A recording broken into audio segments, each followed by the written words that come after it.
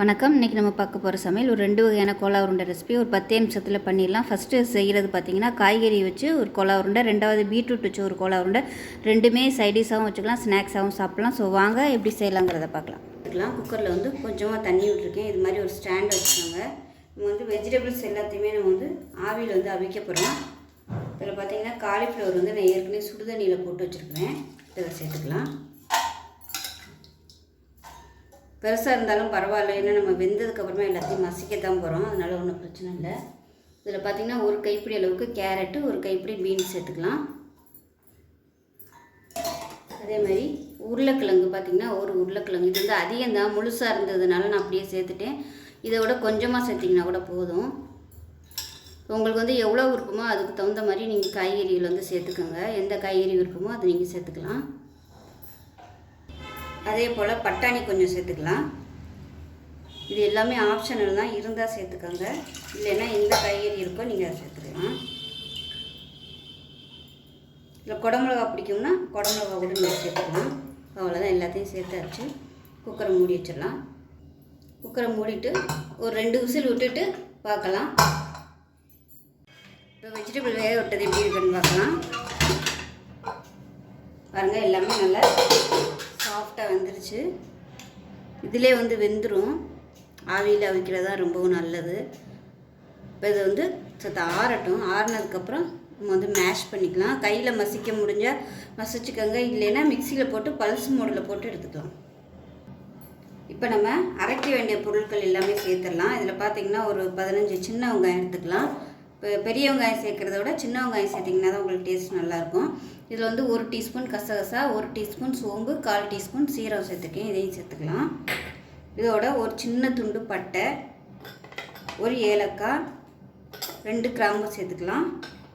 இது கூடவே 1 table spoon மிளகாத்தூள், 1/4 டேபிள் ஸ்பூன் மஞ்சத்தூள், 1/4 டீஸ்பூன் போல் கரம் மசாலா சேர்த்துக்கலாம்.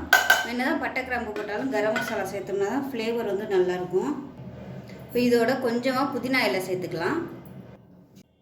இதோட 2 பச்சை மிளகாய் சேர்த்துக்கலாம். ஃபஸ்ட்டு வந்து இதை அரைச்சிக்கலாம். இப்போ பாருங்கள், ஓரளவுக்கு நல்லா அரைப்பட்டுருச்சு. இப்போ தேங்காய் சேர்த்துக்கலாம். நல்லா ஒரு 3 டேபிள் ஸ்பூன் அளவுக்கு தேங்காய் சேர்த்துக்கலாம், துருவ தேங்காய். இப்போ இதையும் அரைச்சிட்டு வந்துட்டு பார்க்கலாம். இப்போ பாருங்கள், நல்லா அரைச்சாச்சு. இது வந்து ஒரு பவுலில் சேர்த்துக்கலாம். தண்ணி தேவைப்பட்டுச்சுன்னா ஒரு 2 சொட்டு தண்ணி ஊற்றிக்கோங்க, ரொம்ப தண்ணி ஊற்றிடக்கூடாது.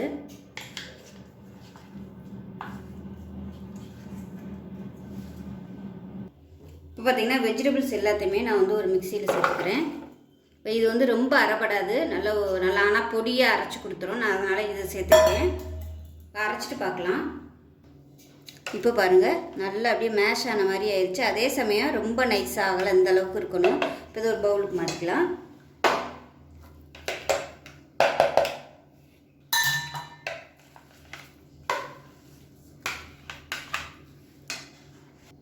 இப்போ இதில் 1 டேபிள் ஸ்பூன் இஞ்சி பூண்டு பேஸ்ட் வந்து சேர்த்துக்கலாம். இதில் பொடியாக நறுக்கின கொத்தமல்லியில் சேர்த்துக்கலாம். உப்பு தேவையான அளவுக்கு சேர்த்துக்கலாம். இப்போ இதில் பார்த்திங்கன்னா பொட்டுக்கடலை 1/4 கப் அளவுக்கு, அதாவது மெஷரிங் கப்பில் ஒரு 1/4 கப் அளவு பொட்டுக்கடலை எடுத்து பொடிச்சு வச்சுருக்கேன். இதை சேர்த்துக்கலாம். இது வந்து அளவு கிடையாது, உங்களுக்கு வந்து எந்த அளவுக்கு நீங்கள் உங்களுக்கு டைட்டாக பிடிக்க வருதோ நீங்கள் அதுக்கு தகுந்த மாதிரி நீங்கள் பொட்டுக்கடலை பொடி வந்து சேர்த்துக்கலாம். இது எல்லாத்தையும் நல்லா டைட்டாக வர அளவுக்கு பிசைஞ்சுக்கலாம். இப்போ இது பார்த்திங்கன்னா கொஞ்சம் இலக்கமாக தான் இருக்குது, அதனால் பொட்டுக்கடலை மாவு வந்து நான் கொஞ்சம் சேர்த்துக்கிறேன். இப்போ இது வந்து காரம் பத்தாத மாதிரி இருக்குது, அதனால் கொஞ்சம் நான் மிளகாத்தூள் சேர்த்துக்கிறேன். டேஸ்ட் பண்ணி பார்த்துக்கோங்க. உப்பு காரம்லாம் டேஸ்ட் பண்ணிவிட்டு நீங்கள் இதில் எக்ஸ்ட்ரா சேர்க்குறதுனாலும் சேர்த்துக்கலாம். இதை வந்து கொஞ்சம் டேஸ்ட் பண்ணி பார்த்துக்கோங்க, உப்பு எப்படி இருக்குன்றதை. பத்தலைன்னா நீங்கள் சேர்த்துக்கலாம். இப்போ எல்லாமே ரெடி ஆகிடுச்சு, கரெக்டாக இருக்குது. நல்லா உருண்டை வந்து நல்லா டைட்டாகவும் இருக்குது, அதே சமயம் உதிரலை, கரெக்டாக இருக்குது. இந்த சைஸுக்கு எல்லாத்தையும் உருட்டி எடுத்துக்கலாம். இப்போ பாருங்கள், எண்ணெய் நல்லா காஞ்சிருச்சு. எல்லாமே சின்ன சின்ன உருண்டையாக உருட்டி வச்சுட்டேன். இப்போ எல்லாத்தையும் நம்ம எண்ணெயில் போட்டுடலாம். எண்ணெய் வந்து நல்லா ஹை ஃப்ளேமில் இருக்கணும், ஏன்னா உங்களுக்கு சூடு கம்மியாக இருந்துச்சுன்னா ஊறி போய் எல்லாமே உதிர ஆரம்பிச்சிடும்.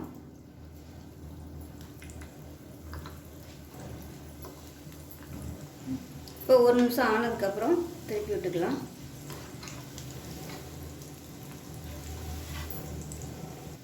இப்போ பாருங்கள் கோலா வந்து அருமையாக வந்துருச்சு, நல்லா பொன்னிறமான கலரில் வந்துருச்சு. எடுத்துடலாம். பபிள்ஸும் பார்த்திங்கன்னா ஓரளவுக்கு அடங்கிருச்சு. நல்லா போடையில் ஹை ஃப்ளேமில் வச்சுக்கோங்க. போட்டதுக்கப்புறமா கொஞ்சம் மீடியத்தில் மாற்றிக்கோங்க. ஏன்னா ஹை ஃப்ளேமில் இருந்துச்சுன்னா அப்புறம் சட்டுன்னு கறியிடும். கலர் பார்த்திங்கன்னா நல்லா அருமையாக வந்துருக்கு. இதே மாதிரியே மிச்சம் இருக்க எல்லாத்தையும் பொரிச்சு எடுத்துக்கலாம்.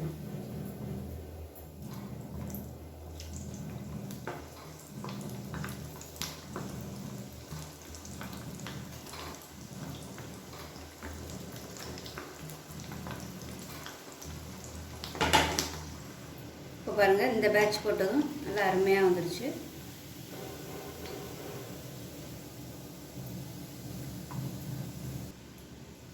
இப்போ பாருங்கள், அருமையான வெஜிடபிள் கோலா உருண்டை ரெடி ஆயிடுச்சு. மட்டன் சிக்கன்லாம் தோற்றுரும், அவ்வளோ சூப்பராக இருக்கும். இது வந்து நீங்கள் வெஜிடபிளில் பண்ணீங்கன்னு சொன்னால் நம்பவே மாட்டாங்க. எடுத்துக்கலாம். இதில் பார்த்தீங்கன்னா ஒரு 2 டேபிள் ஸ்பூன் துருவன தேங்காய் சேர்த்துக்கலாம். இதோட 2 பச்சை மிளகாய் வந்து உடச்சி சேர்த்துக்கலாம். 10லேருந்து 15 சின்ன வெங்காயம் சேர்த்துக்கலாம். இது கூடவே 1 டீஸ்பூன் போல் இஞ்சி பூண்டு பேஸ்ட்டு, நான் வந்து பேஸ்ட்டாக இருக்கிறதுனால யூஸ் பண்ணியிருக்கேன். இது வந்து ஒரு சின்ன துண்டு பட்டை சேர்த்துக்கலாம். இஞ்சி பூண்டு பேஸ்ட் இல்லை அப்படின்னா ஒரு 2 பல் பூண்டு, ஒரு சின்ன துண்டு இஞ்சி சேர்த்துக்கோங்க. 1 டீஸ்பூன் சோம்பு சேர்த்துக்கலாம். அதே மாதிரி ஒரு சின்ன கிராம்பு சேர்த்துக்கலாம். 1/4 டீஸ்பூன் போல் கசகசா சேர்த்துக்கலாம். இப்போ இது எல்லாத்தையுமே நல்லா அரைச்சிக்கலாம். இப்போ ஒரு மிக்சிங் பவுல் எடுத்துக்கலாம். இப்போ நம்ம வந்து அரைச்சதை வந்து ஒரு பவுலில் சேர்த்துக்கலாம்.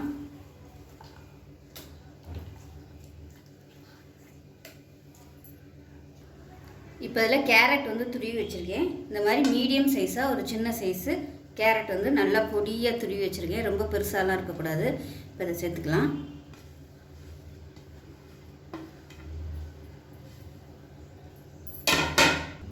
இப்போ இதில் பொடியாக கட் பண்ண கருவேப்பிலையும் கொத்தமல்லியும் வச்சுருக்கேன், அதையும் சேர்த்துக்கலாம். கொத்தமல்லி எவ்வளோ சேர்க்குறோமோ அந்தளவுக்கு நல்லாயிருக்கும் வாசனையாக. இப்போ இதில் ஒரு 5 புதினா இலையை கிள்ளிட்டு சேர்த்துக்கலாம். ஏன்னா நம்ம இஞ்சி பூண்டு பட்டை கிராம்பெல்லாம் போட்டிருக்கிறதுனால அந்த புதினா சேர்க்கும்போது அந்த ஃப்ளேவர் வந்து நல்லா அப்படியே எடுத்து கொடுக்கும். ரொம்ப சேர்க்க வேணால் கொஞ்சமாக சேர்த்துக்கலாம். இப்போ இதில் பார்த்திங்கன்னா ஒரு 1/4 கப் அளவுக்கு பொட்டுக்கடலை மிக்சியில் போட்டு அடித்து வச்சுருக்கேன், இதையும் சேர்த்துக்கலாம். இது எல்லாத்தையும் பிசைஞ்சிட்டு நல்லா கெட்டியாக வந்துச்சுன்னா அப்படியே விட்டுறலாம். ஒரு வேளை பத்தலை ரொம்ப இலக்கமாக இருக்குது, உருண்டை பிடிக்க வரலன்னா மறுபடியும் நீங்கள் பொட்டுக்கடலையை வந்து மிக்சியில் போட்டு சேர்த்துக்கலாம். இப்போ இதுக்கு தேவையான உப்பு சேர்த்துக்கலாம். உப்பு சேர்த்துட்டு நல்லா பிசைஞ்சு விட்டுக்கலாம். இப்போ பாருங்கள், எல்லாமே நல்லா பிசைஞ்சிட்டேன். இது வந்து நல்லா உங்களுக்கு வந்து உருண்டை பிடிக்க வருதான்னு செக் பண்ணி பார்த்துக்கோங்க.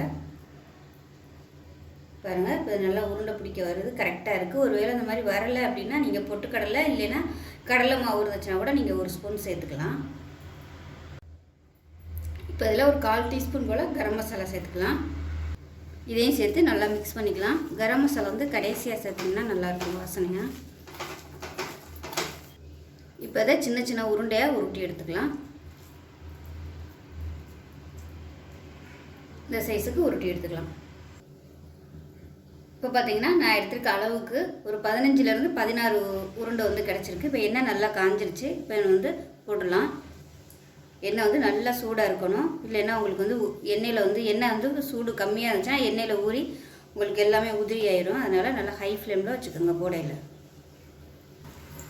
ஃபஸ்ட்டு வந்து ஒன்று போட்டு பாருங்கள், கரெக்டாக இருந்துச்சுன்னா எல்லாத்தையும் போட்டுக்கலாம். அப்படி இல்லைன்னா நீங்கள் எக்ஸ்ட்ரா வந்து மாவு சேர்த்துக்கலாம். உதிர மாதிரி இருந்துச்சுன்னா மாவு சேர்த்துக்கோங்க. போட்ட உடனே கிளற வேணாம், 1 நிமிஷம் ஆகட்டும். இப்போ வந்து 1 நிமிஷம் ஆயிடுச்சு. நல்லா அப்படியே கலந்து விட்டுக்கலாம். நான் இதை ஃபஸ்ட் டைம் போட்டதுனால 3 வெந்ததுக்கப்புறமா மிச்சம் எல்லாத்தையும் போட்டுக்கலாம். லேட்டாக போட்டோம்னா ஒன்று வெந்திருக்கும், ஒன்று வேகாது, அந்த மாதிரி இருக்கும். நல்லா வேகட்டும். இந்த பபுள்ஸ்லாம் அடங்கணும். அடங்கினதுக்கப்புறம் எடுத்துடலாம். இப்போ இது ரெடி ஆகிடுச்சு, எடுத்துடலாம். இப்போ இதே மாதிரியே எல்லாத்தையும் போட்டுக்கணும்.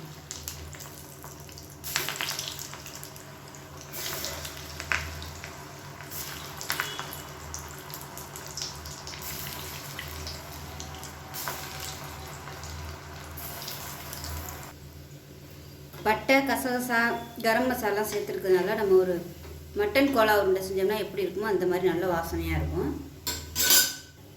இப்போ பாருங்கள், நல்லா பபுள்ஸ்லாம் ஓரளவுக்கு அடங்கிருச்சு. இப்போ எடுத்துடலாம். ஏன்னா இது வந்து நமக்கு கலரும் தெரியாது, சிவப்பு கலரில் இருக்கிறதுனால கறி போச்சுன்னா கூட நமக்கு தெரியாது. பபுள்ஸ்லாம் நல்லா அடங்க ஆரம்பிச்சிருச்சுன்னா எடுத்துடலாம். இப்போ நல்லா அருமையாக ரெடி ஆயிடுச்சு.